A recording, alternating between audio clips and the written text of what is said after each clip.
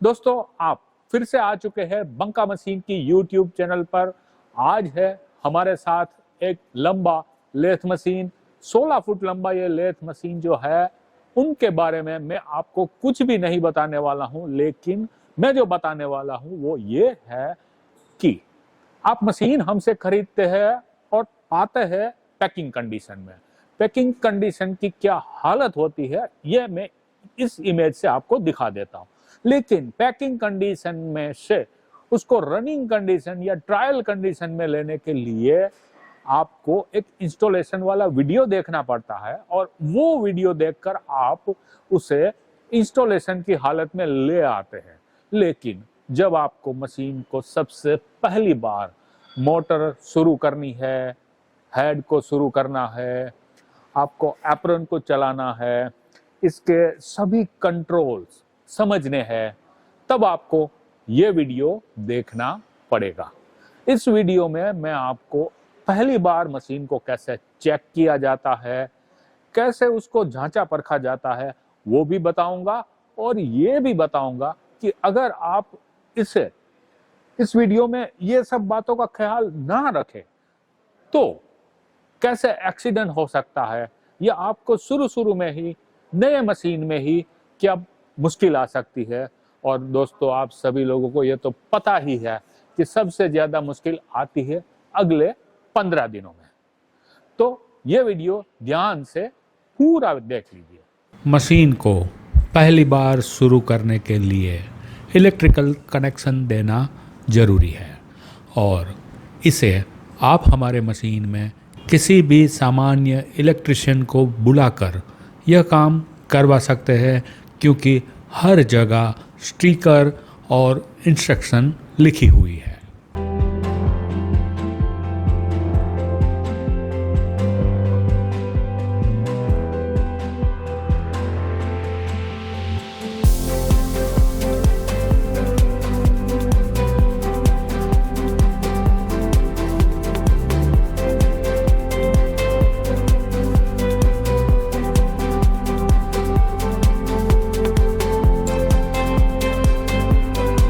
जब electrical connection लग चुका हो तो कंट्रोल पैनल में सबसे पहला बटन जो आप दबाएंगे वो होगा ग्रीन कलर का ईचिंग सिस्टम वाला।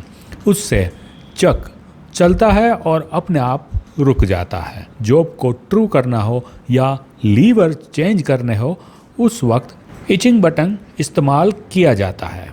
ऊपर दिया गया ब्लू कलर का बटन फॉरवर्ड के लिए है, ऐसे ही रेड कलर का बटन स्टॉप के लिए है। उसके बाजू में जो बटन है वो है रिवर्स के लिए। तो रिवर्स, फॉरवर्ड और स्टॉप के अलावा ईचिंग बटन का इस्तेमाल करके आप मशीन को आसानी से ऑपरेट कर पाएंगे। लेकिन यहाँ एक रेड कलर का बड़ा इमरजेंसी स्टॉप का बटन भी दिया गया है।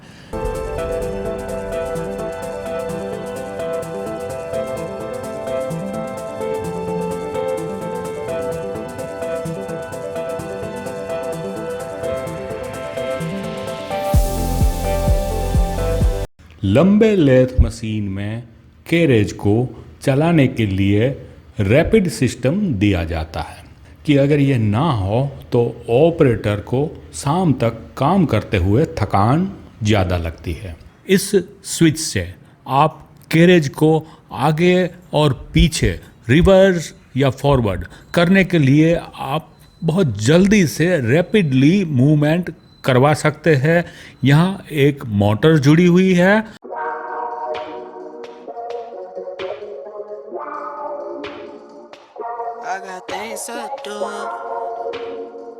अगर आप टेल स्टॉक की ओर काम कर रहे हैं और वहाँ से आपको मशीन को रोकना है या रिवर्स फॉरवर्ड करना है, तो ये भी यहीं से हो सकता है।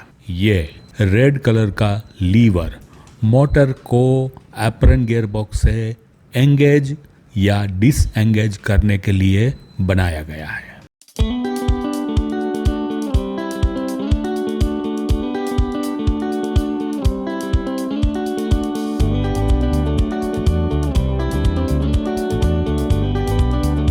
मशीन आपके पास आने से पहले बहुत दिनों तक बंद पड़ा रहने की वजह से उसके स्पिंडल में जरा भी ऑयल नहीं रहता है। अभी आपको ऑपरेटर यही दिखा रहा है कि कौन सी पोजीशन में लीवर रखने हैं और स्पिंडल को उल्टा कैसे घुमाना है। और इस हालत में आपको स्पिंडल को बहुत धीरे घुमाना है। स्लो आरपीएम में स्पिंडल को सेट करना है और उसको पहले पहले रिवर्स में 5 मिनट तक घुमाए रखने से इसे ऑयल जल्दी से मिल जाता है।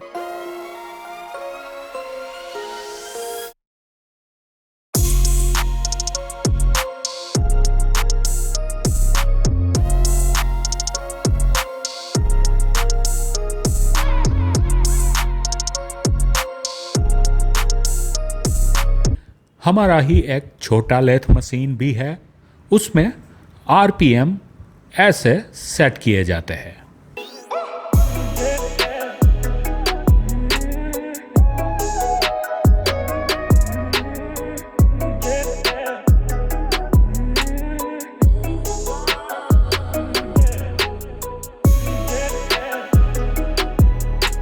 सारे लीवर को एक बार चला करके हमें यह भी देख लेना चाहिए कि ये स्मूथ है या नहीं है।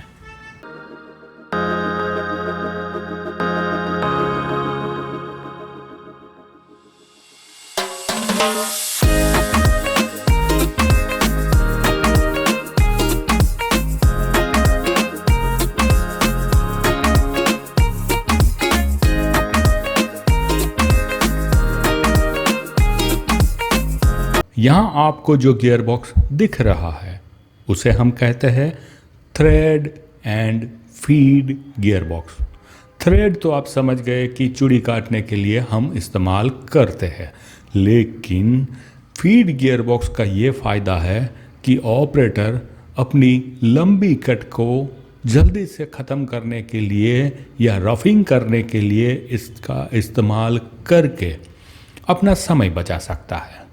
इसके लीवर का कॉम्बिनेशन कैसे बदला जाता है ये ऑपरेटर अभी आपको दिखा रहा है।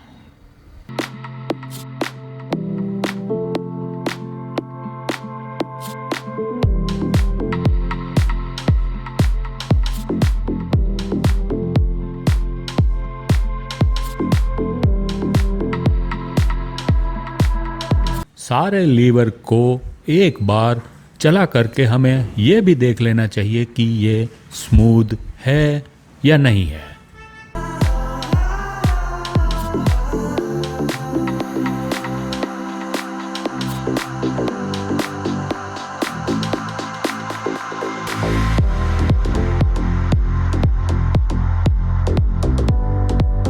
फीड गियर बॉक्स के लीवर को आसानी से चलाने के लिए कई बार हमें स्पिंडल को रनिंग करना पड़ता है या चक को रिवर्स फॉरवर्ड करना पड़ता है।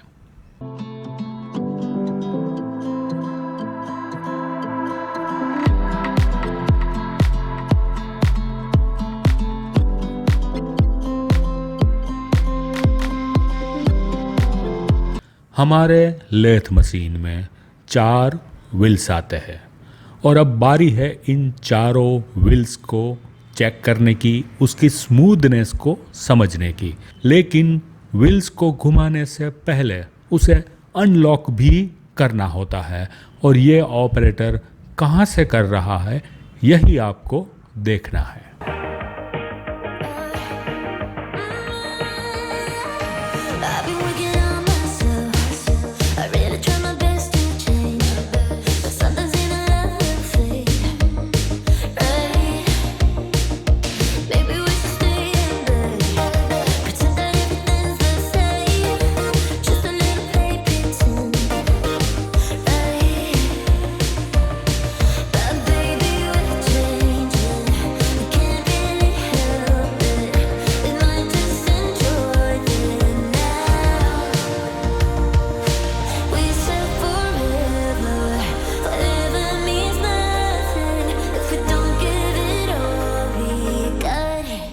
एप्रन के ऊपर भी आपको 3 लीवर मिलेंगे।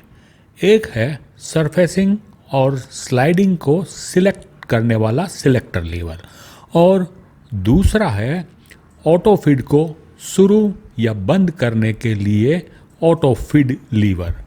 अब तीसरा जो लीवर है वो है थ्रेडिंग करने वाला लीवर।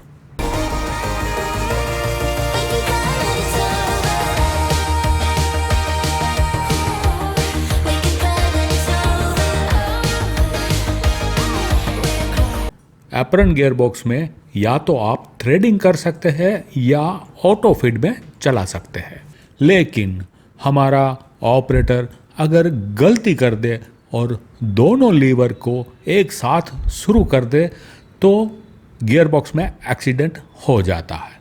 यह ना हो इसलिए हमने तीनों लीवर्स को एक दूसरे के साथ इंटरलॉक किया हुआ है, और ये इंटरलॉकिंग मैकेनिकल होता है।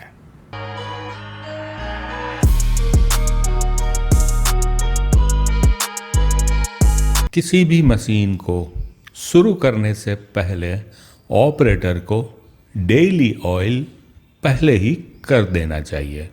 डेली ऑयल करने के बाद ही मशीन को शुरू करना चाहिए, लेकिन आपके ऑपरेटर को ये भी बताइए कि हर 4-5 घंटे में डेली ऑयल वो करता रहे, जिससे कि मशीन के सारे पुर्जों की लाइफ बढ़ जाएगी। यहाँ आपको ऑपरेटर दिखाएगा कि कितनी जगह पर आपके ऑपरेटर को हर रोज सुबह डेली ऑयल करना भूलना नहीं है।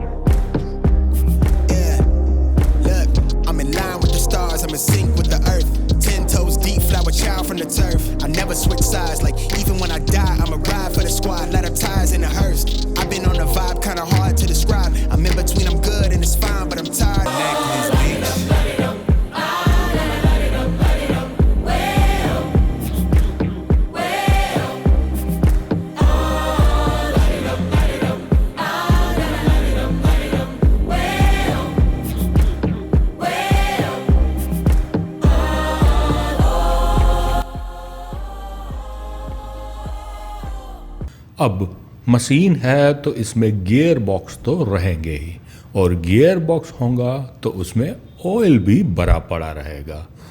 इस मशीन में 3 गियर बॉक्स है, और तीनों गियर बॉक्स में कैसे ऑयल भरा जाता है और कैसे ऑयल निकाला जाता है ये भी तो मुझे आपको समझाना है।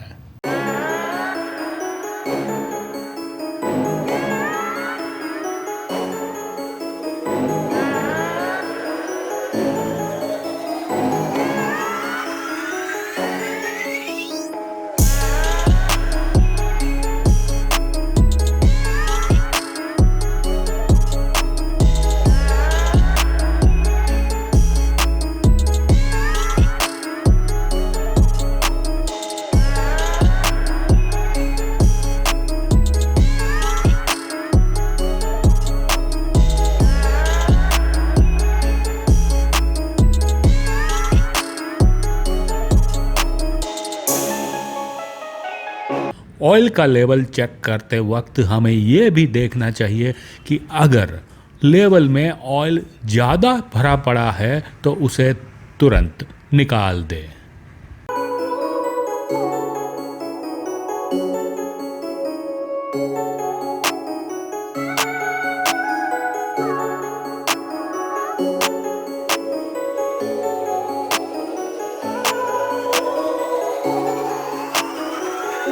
इस मशीन में 2 स्टेज की पुल्ली दी हुई है।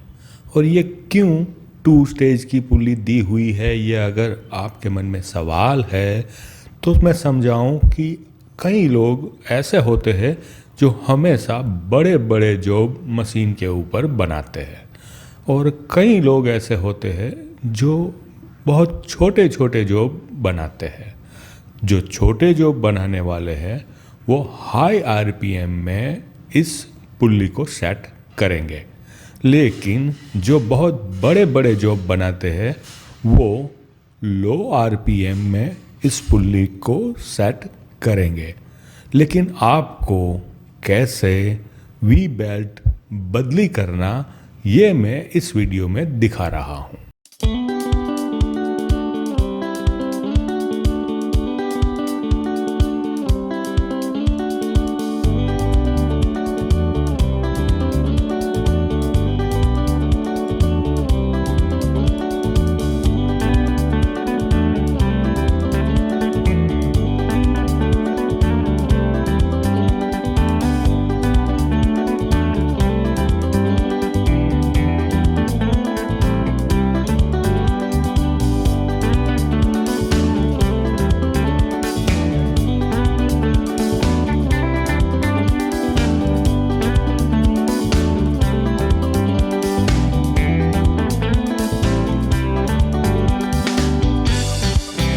अब आप देखेंगे कि ऑपरेटर यहाँ मशीन को बिना चक लगाए और चक लगाकर दोनों कंडीशन में कितना वाइब्रेशन है ये चेक कर रहा है। मशीन को पहली बार शुरू करते वक्त अगर वाइब्रेशन ज़्यादा है तो समझ लो कि कोई ना कोई मशीन के लेवल में हमने खराबी छोड़ दी है। अगर आपको मशीन का वाइब्रेशन 1 आरएमएस से कम मिलता है नो लोड कंडीशन में तो ये अच्छा है।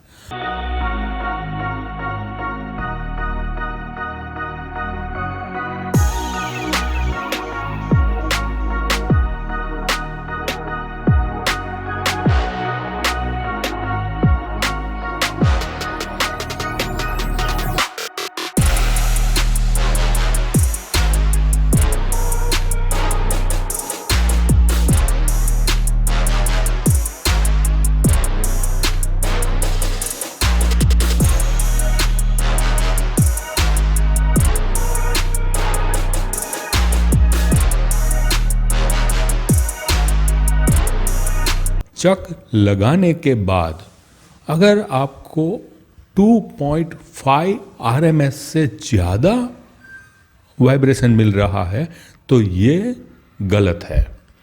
अब आप ये भी यहाँ देखेंगे कि जब आप डॉकचक से साथ काम कर रहे हैं तो आपको वाइब्रेशन ज़्यादा मिलता है, और इससे आपको यही समझना है कि जब भी आप डॉकचक के साथ काम कर रहे हो तो लो आरपीएम में काम करना चाहिए, क्योंकि डॉकचक खुद ब खुद बैलेंस नहीं होता है।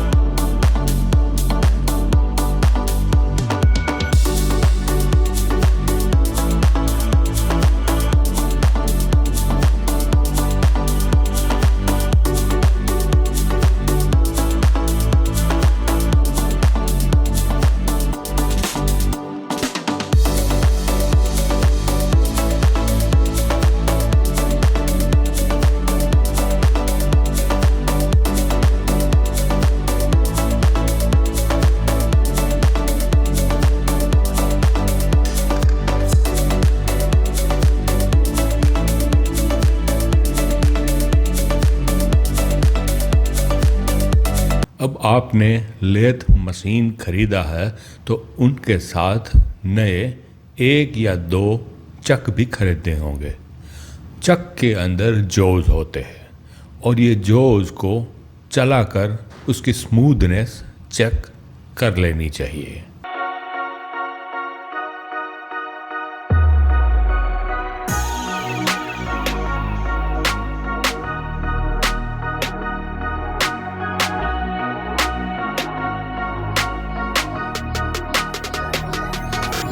अब हमारे ऑपरेटर को लेथ मशीन के लीड स्क्रू को सपोर्ट देने वाले ये दो स्क्रू सपोर्टर के इम्पोर्टेंस को भी समझना चाहिए।